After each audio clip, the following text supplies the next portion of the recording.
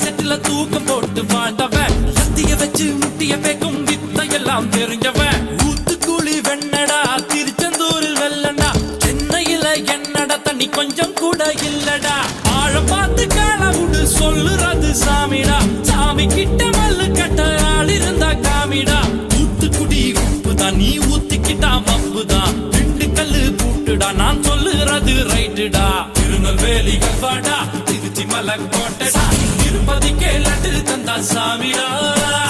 இருட்டு கட்ட அல்வாடா இட்லி கட்ட ஆயாடா உருட்டு கட்ட சத்தம் கேட்ட சாமிடா